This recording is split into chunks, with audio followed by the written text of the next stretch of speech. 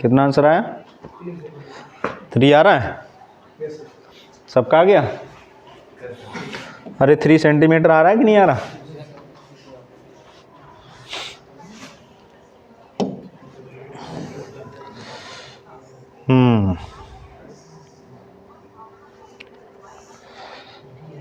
चलो भाई देखो, द डिस्ट्रीब्यूशन बिलो गिव्स है ना, below gives the marks obtained by 80 students in a test. कितने हैं, क्या पता करना है? Modal class of distribution. बताओ जल्दी, मॉडल क्लास क्या होगा? पहले तो ये लेस देन 10 लिखा है, इसका मतलब क्या है? और ये और 32, 42 और 52, ठीक है ना? क्लास इंटरवल मिल गया ना? और क्लास इंटरवल मिल गया तो ये नंबर ऑफ स्टूडेंट्स दिए हुए हैं। अब इसमें क्या चेंज करना पड़ेगा आपको? पहले ये क्या दी हुई है आपको? करेक्ट, क्या दी हुई है? Cumulative frequency. तो बताओ ये हमारी फ्रीक्वेंसी 3 हो जाएगी। ये कितना हो जाएगा? ये 30, ये 75 माइनस 57 बताओ। 18, 18।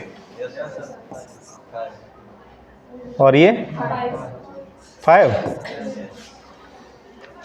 अरे ये ध्यान रखना है कि जहाँ पर ये क्लास इंटरवल ऐसे दे दिया, इसका मतलब क्या दिया हुआ है? Cumulative frequency. मीन्स है ना 3 स्टूडेंट्स ऐसे हैं जिनके मार्क्स लेस देन 10 है, और इस 12 में वो 3 भी तो इंक्लूड हैं, क्योंकि उसके भी मार्क्स तो लेस देन 20 दे रखे हैं कि नहीं दे रखे हैं? ऐसे लेस देन 30 में ये सारे स्टूडेंट्स इंक्लूड हैं। अरे समझ में आ रहा कि नहीं आ रहा? तो ये दिमाग लगाना, ऐसे मत कर देना डायरेक्ट ये 50 to 60 क्या हो गया है? क्यों? इसकी मॉडल क्लास कैसे पता करते हैं?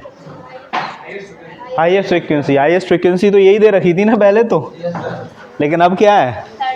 30। तो हमारा है ना मॉडल क्लास क्या हो जाएगा? 30 to 40।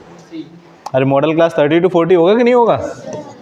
इन चीज़ों को ध्यान रखना, क्वेश्चन को थोड़ा दिमाग लगा के पढ़ना है, जल्दबाजी नहीं करना है। कर्व सरफेस एरिया क्या दिया हुआ है? Curve surface area of a cone having height 24 centimetre, radius 7 centimetre. जल्दी निकालो क्या निकलेगा? Curve surface area of cone क्या होता है? कर्व सरफेस एरिया कॉन का IRL। और यहाँ पर हमें हाइट दी हुई है, h कितना दिया है?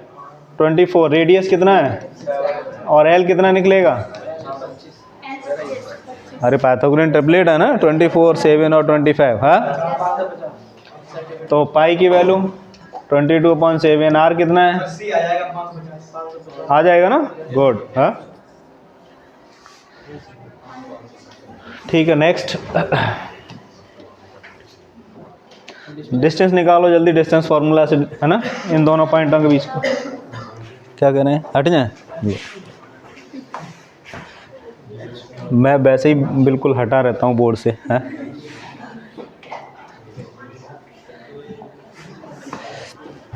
जल्दी बताओ क्या निकलेगा डिस्टेंस फार्मूला से? 2, 4, 5, 20, 20, 40, 40। इतना है यार कैलकुलेशन? 2√10 कितना आएगा?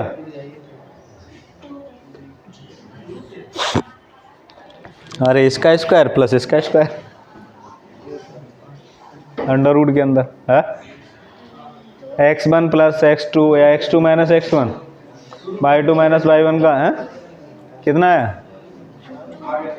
2√10 आया ना? सबका आ रहा है कि नहीं आ रहा? चलो भाई, रूट है ना, √40 आया, इसका मतलब 4 × 10 आया। 4 का स्क्वायर रूट कितना होता है? 2 होगा। ठीक है ना? Which of the following quadratic polynomial having zero this and this. बताओ भाई कौन सा पॉलिनोमियल है जिसके जीरोज ये दे रखे हैं? -2/3 और 2/3। ये पहला वाला है? Yes sir. देख लो, मुझे तो गड़बड़ लग रहा है, गलत बता रहे हो।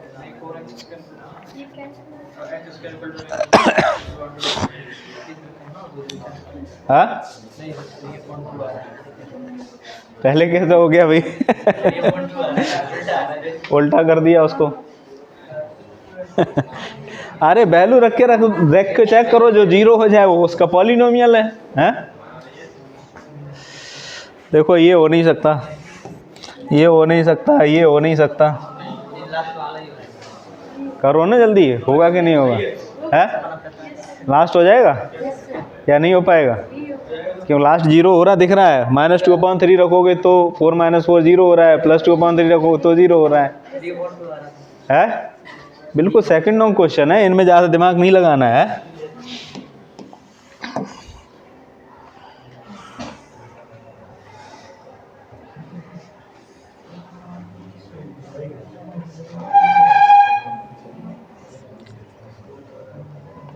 Question number 15, the value of the each observation of statical data is increase by 3, then the mean of the data. बताओ भाई, बहुत एग्जाम्पल कराए थे यार।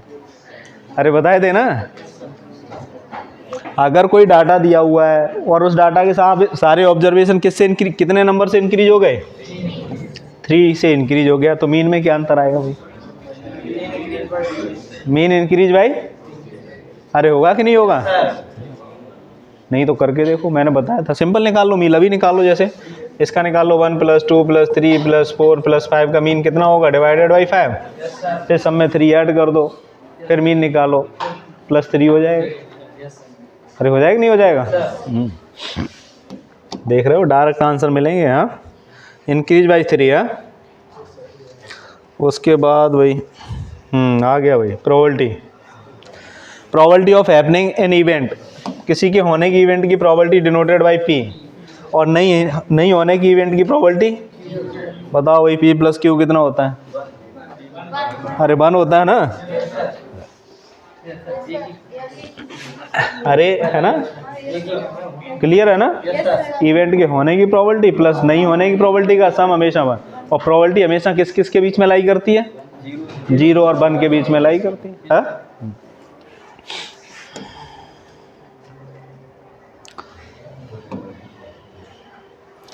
देख लो भाई। हाँ, क्या दिया हुआ है? Girl calculate the probability of winning of first prize in a lottery. कितना है?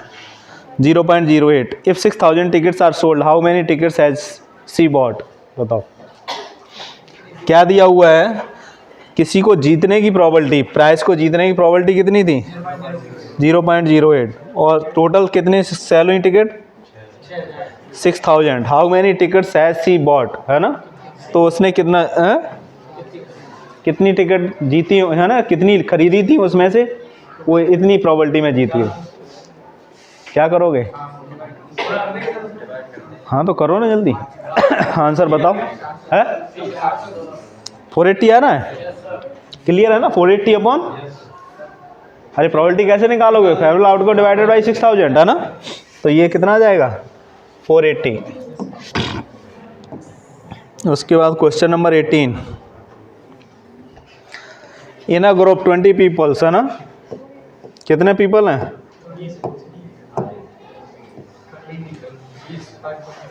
5 कैन, है ना, कैन नॉट स्विम। 5 उनमें से तैरना नहीं जानते हैं। If 1 person is selected at random, then the probability that he she is can swim.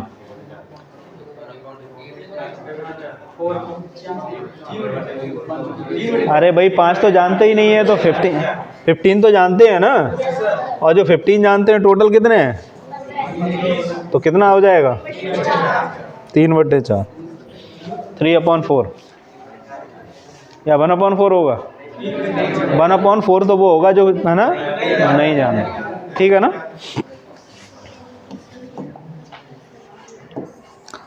ये 18 के बाद भाई, हाँ लो,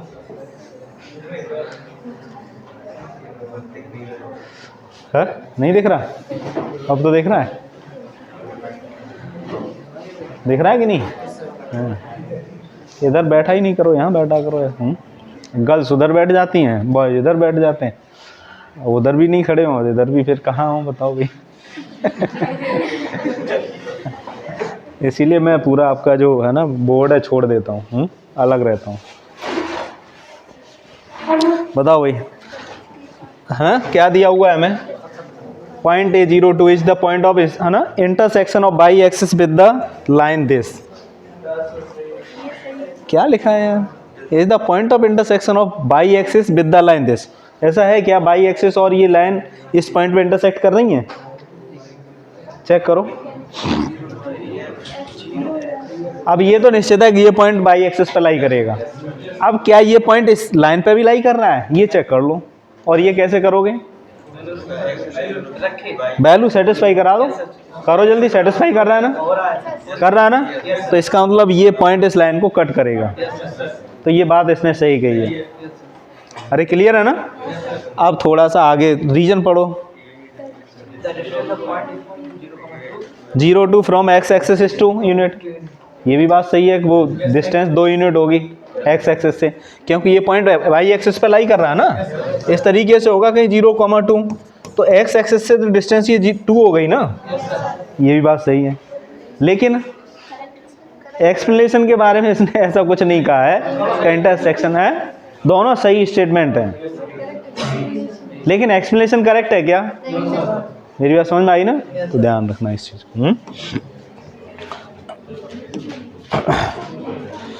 तो यही दिया था, both assertion and reason are correct but reason are not correct explanation of assertion है। अरे समझ में आ गया कि नहीं आ गया? इन चीज़ों को बहुत अच्छे से ध्यान रखना है। उसके बाद वही लास्ट क्वेश्चन 20 सेक्शन ए का, the perimeter of triangle ABC is a rational number. बताओ भाई, ये कितना हो जाएगा? 3 2 और ये कितना हो जाएगा? अंडर रूट 3 तो 9, हाँ अच्छा 13 है। पेरीमीटर क्या होता है? सम ऑफ साइड। तो क्या रैशनल होगा क्या? रूट 13 क्या होता है? और रैशनल में रैशनल ऐड करेंगे तो क्या आएगा? ये रैशनल आएगा। अरे आएगा ना। तो क्वेश्चन में देख रहे हैं, रटे रटाए नहीं है, बड़ा लॉजिकल क्वेश्चन है, हाँ? और थोड़ा दिमाग लगाओगे, पढ़ोगे तभी हो पाएंगे। उसके बाद क्या कहा है? The sum of the square of 2 rational number is always rational. ये तो पता नहीं कहाँ की बात कहाँ कर रहा है यार। पहले से तो कोई इसका संबंध है क्या? पैरामीटर से कोई रिलेशन दिखा रहा है ये? हाँ, लेकिन ये कह रहा था sum of the square of 2 rational number is always the sum of square of 2 rational number. क्या रैशनल नंबर होगा? अरे होगा ना। लेकिन क्या इससे कुछ संबंध रख रहा है इस चीज़ से? बस इतना ज़रूर कह रहा है कि वो भी रैशनल की बात हो रही है, यहाँ भी रैशनल की बात हो रही है। ठीक है ना? चलो भाई,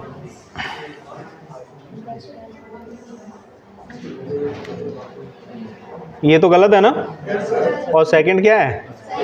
सही है, लेकिन एक्सप्लेनेशन के बारे में है ना, वो गलत ही स्टेटमेंट है, तो एक्सप्लेनेशन क्या देगा उसको? हाँ चलो भाई,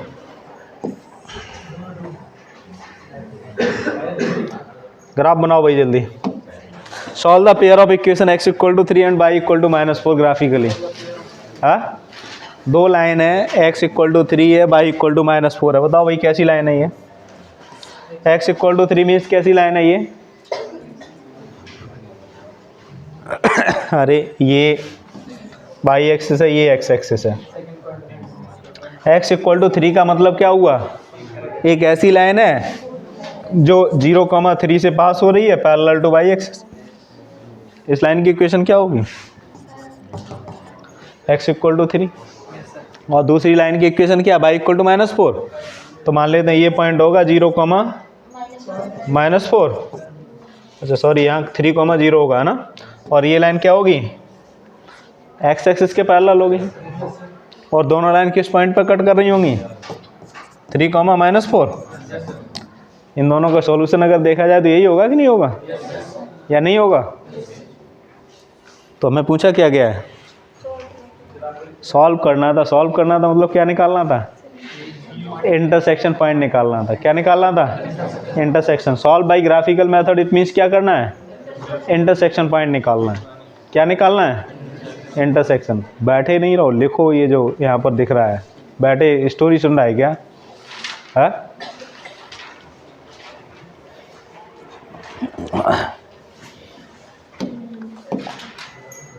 समझ में आया कि नहीं है? चलो, इसका और भी इसमें दिया एक है ना, प्लॉट करके बताओ जल्दी क्या सॉल्यूशन आएगा। कंसिस्टेंट और इनकंसिस्टेंट पूछा है भाई, बताओ।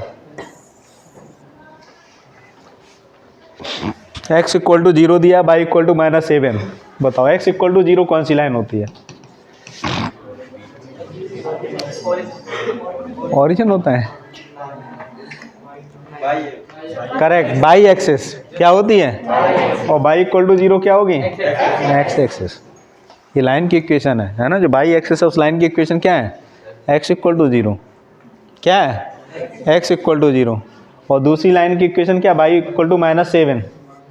इट मीन्स ये लाइन कैसी होगी, ऐसी लाइन होगी जो एक्स एक्सिस के पैरेलल होगी और 0, -7 से पास हो रही होगी।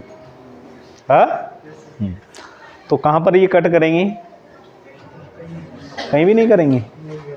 अच्छा, ये हमारी लाइन की इक्वेशन है, ये एक्स एक्सिस है और ये वाई एक्सिस है, ये क्या है, और इस लाइन की इक्वेशन क्या है, एक्स इक्वल टू 0। अरे बाई एक्सिस जो लाइन है उसकी इक्वेशन क्या है, और दूसरी लाइन की इक्वेशन क्या, बाई इक्वल टू -7।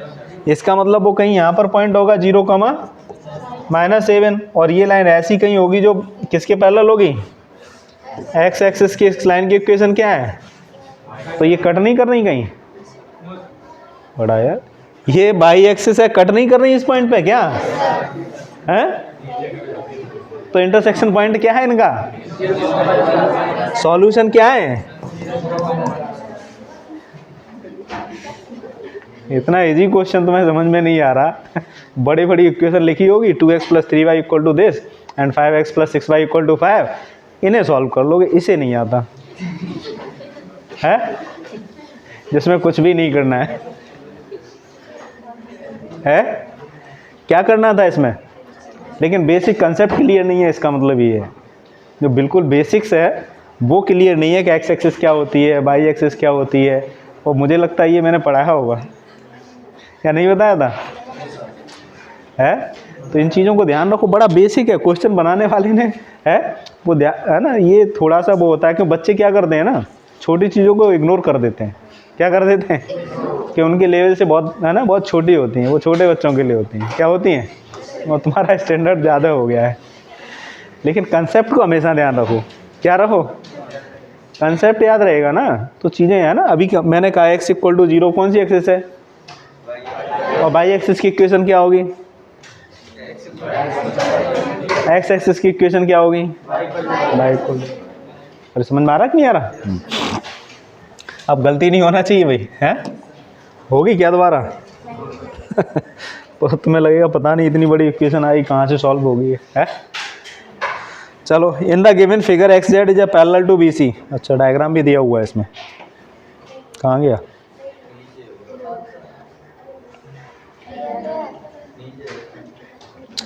बना लेते हैं, स्पेस पर्याप्त है, बना लेते हैं ना। यहाँ देखो क्या दिया हुआ है,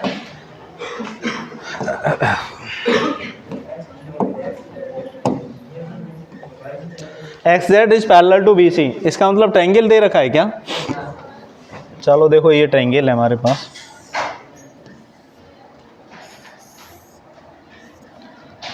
ये बी सी मान लो, और ये एक्स जेड है, और ए जेड, इसका मतलब ए यहाँ कहीं होगा, 3 सेंटीमीटर है, जेड सी 2 सेंटीमीटर है, बी एम कितना दे रखा है, एम भी कहीं होगा यार,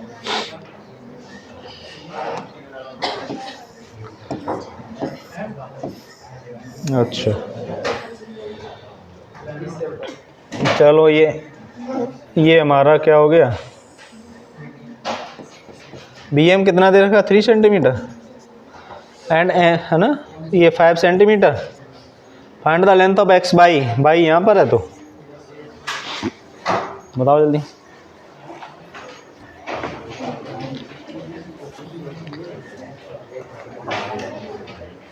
एक्स बाई की लेंथ बतानी है भाई आपको, हाँ मीन्स इतनी लेंथ बतानी है, या बाई जेड की पता कर लो तो एक्स वाई निकल आएगा फिर।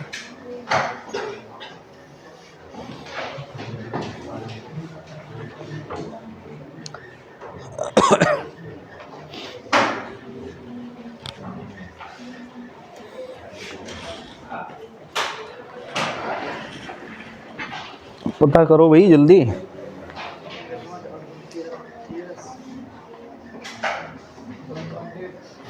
वन 1.8 आ गई,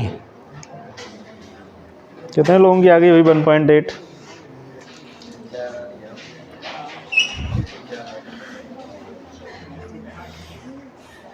1.8 कितने लोगों का आंसर आया?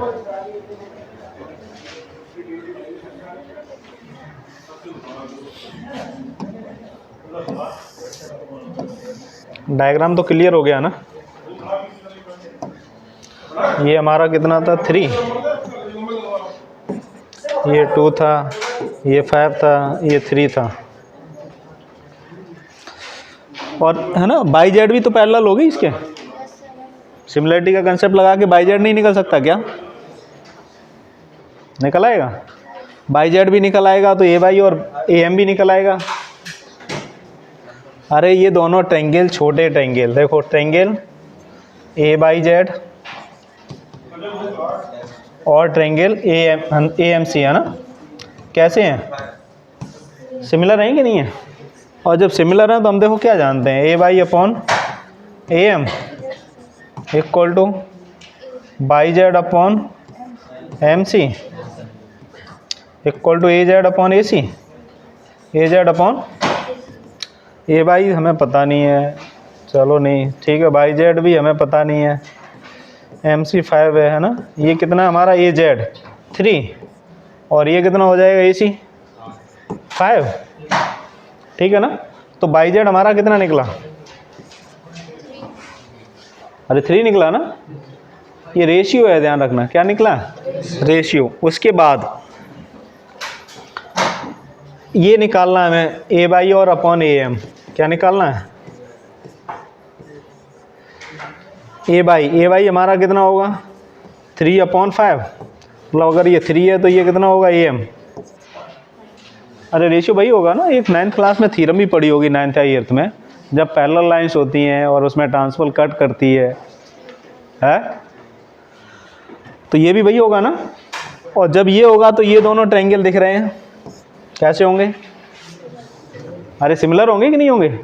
और जब सिमिलर होंगे तो फिर वही लगा देंगे, A Y upon A M equal to X Y upon B M. अरे लगाएंगे नहीं लगाएंगे? क्लियर है ना?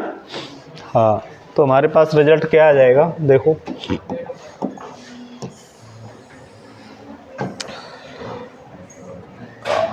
ठीक है ना? 1.8 ही निकाला था आपने। कितना निकाला था? 1.8, यही निकला था ना? कौन सी 1.2 होगी? अरे समझ में आया ना कैसे आएगा?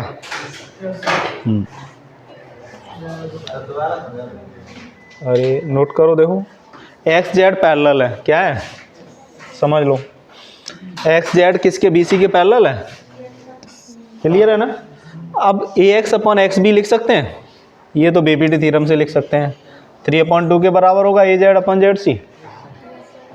अरे होगा कि नहीं होगा? अब ए एक्स बाई और ए बी एम ट्रायंगल देखो, ये दोनों छोटे ट्रायंगल सिमिलर होंगे कि नहीं होंगे? होंगे। जब सिमिलर होंगे तो क्या लिखोगे? A X upon A B, X Y upon B M. A X कितना था हमारा? 3 था, ये कितना था? 2 था, तो ए एक्स की जगह 3 रख दोगे, ए बी की जगह क्या लिख दोगे? ये हमें 3 दे रखा है, एक्स वाई निकालना है, क्रॉस मल्टीप्लाई करके सॉल्व कर देंगे। हमने तो ये भी तुम्हें सब बता दिया कैसे निकालोगे। हाँ, जब इधर निकालना है तो इनको दोनों को सिमिलर निकालो। हाँ, अरे कर लोगे ना?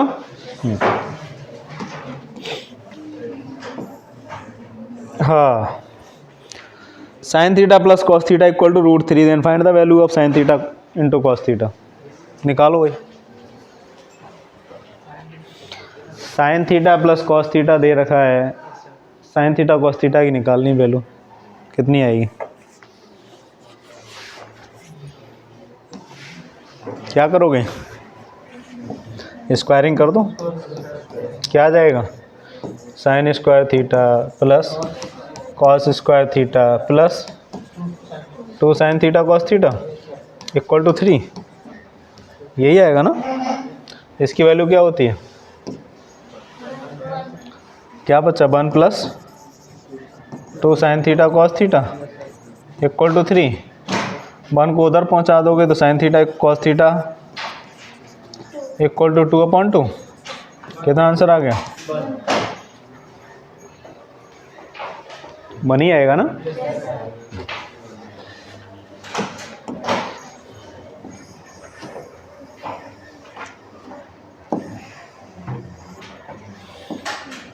बढ़िया क्वेश्चन है भाई, करो जल्दी। If sine alpha equal to 1/√2 cot beta equal to √3, find the value of cosec alpha cosec beta. निकालो भाई, कोसेक अल्फा कोसेक बीटा की वैल्यू बताओ।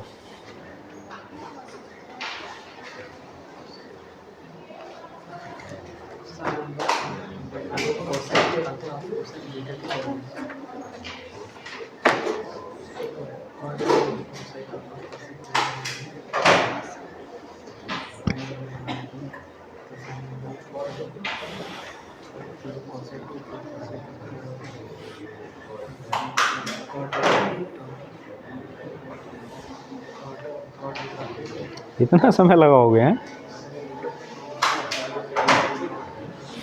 इतना समय लगेगा भाई? साइन अल्फा दिया है, इसका मतलब कोसेक अल्फा कितना हो जाएगा? रेसिप्रोकल होता है। कॉट बीटा दिया है, कॉट बीटा का कोसेक के साथ कोई रिलेशन होता है क्या? 1 + cot square theta equal to, फिर बताओ क्या रह गया? 1 + कॉट स्क्वायर 1 + √3 का स्क्वायर, तो √3 + 1 कितना हो गया? 4 है। अरे हो गया कि नहीं हो गया? √4 की वैल्यू क्या होती है? +2 -4 -2 भी तो हो सकती है। अरे नहीं हो सकती है, लेकिन तुम क्या लो अभी, प्लस ही लेके सॉल्व करो। क्योंकि तुम्हारे सभी एंगल किस में है? 0 to 90 और पॉजिटिव रहते हैं। कितना आंसर आ गया?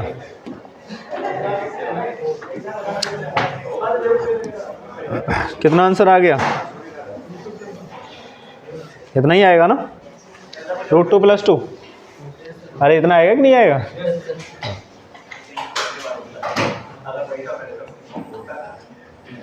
Find the greatest number which divide 85 and 72 leaving reminder 1 and 2 respectively. बताओ भाई, आज CF का क्वेश्चन है। Find the greatest number which divide 85 and 72 leaving reminder 1 and 2 respectively. एक ऐसा नंबर बताना है जो 85 72 को दोनों को डिवाइड कर रिमाइंडर कितना रहना चाहिए? 85 में 1 है, 72 में कितना है? 2।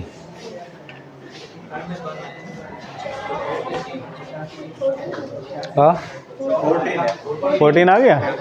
ये तो ऐसे भी ढूंढ के बता दोगे यार। 14 6 जा कितना होता है?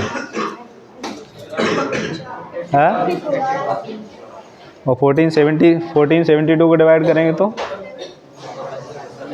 14 5 जा कितना होता है? ठीक है ना?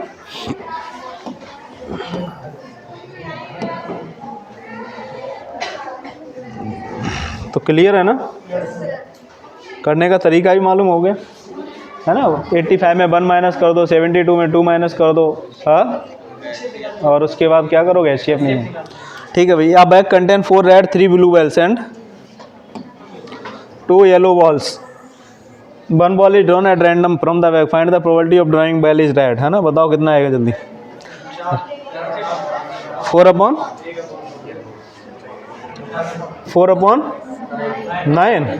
और येलो 2/9। ठीक है ना?